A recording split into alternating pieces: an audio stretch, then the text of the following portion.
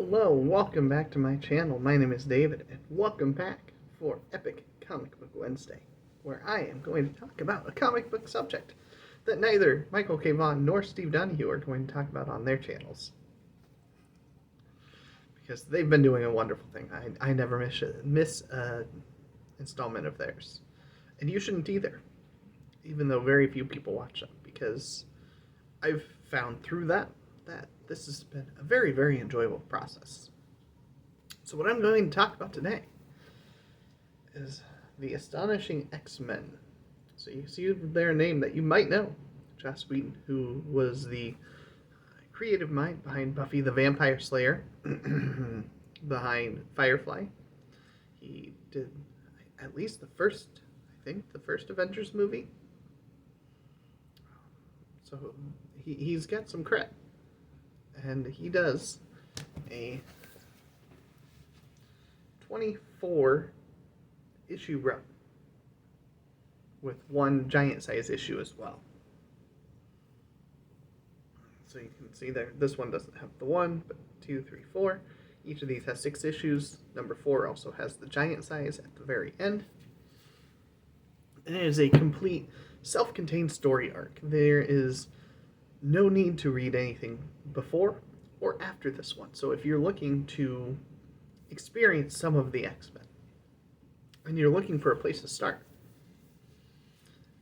I strongly, strongly recommend Astonishing X-Men by Joss Whedon. I'm not going to show the other covers because there may or may not be some spoilers that could be present on some of the artwork there. So let's start off here by taking a look and seeing who are... So writer is Joss Whedon, artist is John Cassaday. So let's talk about John Cassaday's art here. The art is absolutely fantastic.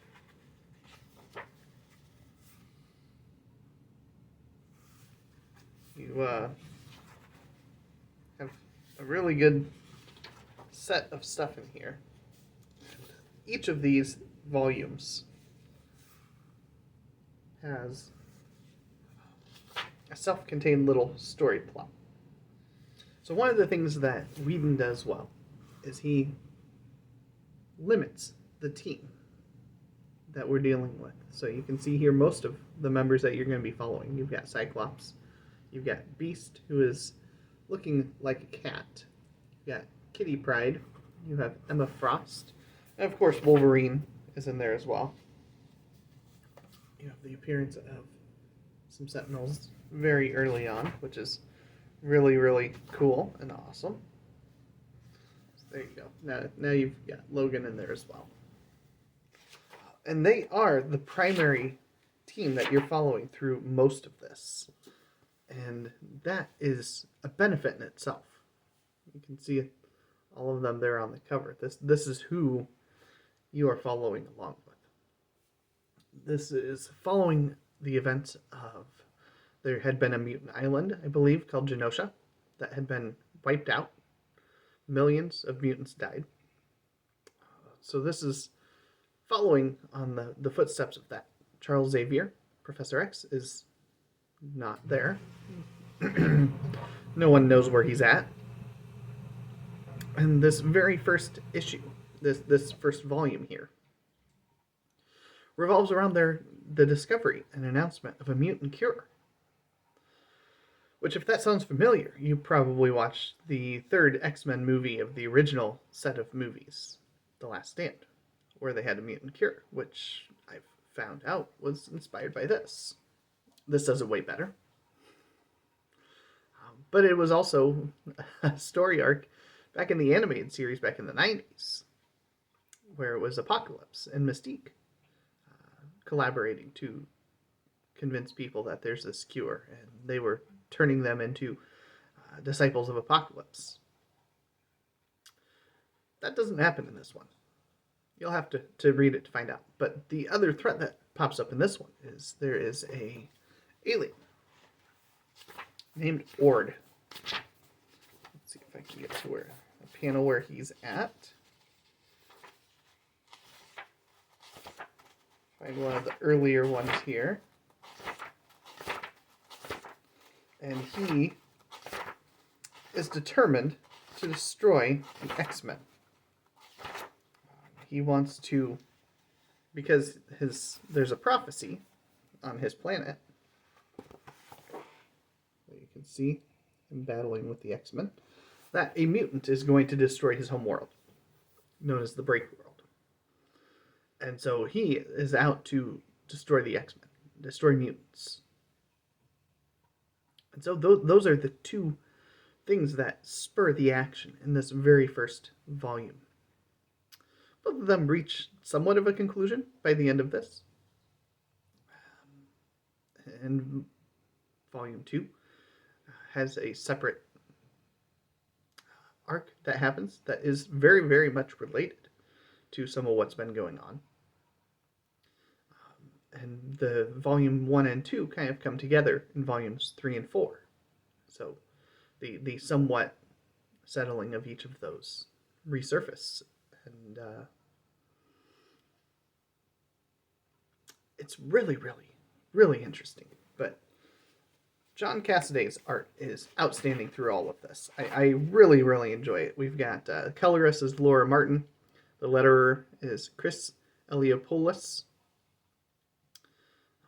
And they all do a fantastic job. I have no complaints at all. This is extremely well done. And it was an extremely interesting read. I had a very hard time. You see moments that you would expect with X-Men fighting X-Men, a little bit of conflict in there. I'm trying very, very hard to avoid spoilers because there's some huge stuff that's going to happen that is just outstanding. By the time I got to the end of this, I had a hard time putting down the rest of these. Okay. And once I got to the end of volume 2, there was no stopping me through the last 2 volumes. So I'm very glad I had all of them on hand. I couldn't imagine going nuts as somebody collecting the issues individually as they came out. Just the agony of waiting for the next thing that's going to happen. So yeah, I strongly can recommend the Astonishing X-Men. They're fantastic. It's a great place to start. You need to know nothing else to really get started. If you know anything about X-Men, you know the basics that, Cyclops has been on the team for a long time. He used to love a woman named Jean Grey, who became the Phoenix, who became the Dark Phoenix, which is one of the biggest plot lines from way back when. If you have not read that plot line, I also recommend that. That's a really good one. But Jean Grey is no longer around. So his new love interest is Emma Frost, who is able to, is a telepath, a very strong telepath. So she's able to read minds. And she also has a secondary mutation where she can turn into Diamond, which is interesting. Wolverine heals really fast, has adamantium throughout his entire body, including claws that come out. Beast is a beast. And then Kitty Pryde, she can phase through things, so she can pass through solid objects. And all of them have really good plots and arcs throughout there. Cyclops actually turns out to be less of a pushover than he normally is, apparently, but has pretty interesting stuff. And of course, Kitty Pryde, my favorite of the X-Men, has a really, really strong presence throughout the entire series, which is awesome. Which is part of what, caught my attention in the first place, that and Joss Whedon. So, there you go. I'm going to strongly recommend it. Be sure to check out both Michael and Steve Donahue. I'll have their channels linked down below because what they're going to do today, I don't know what it is, but I'm going to be watching it. And I hope you do too. I will catch you later when we come back next week for the House of M, which I'm also excited to talk about.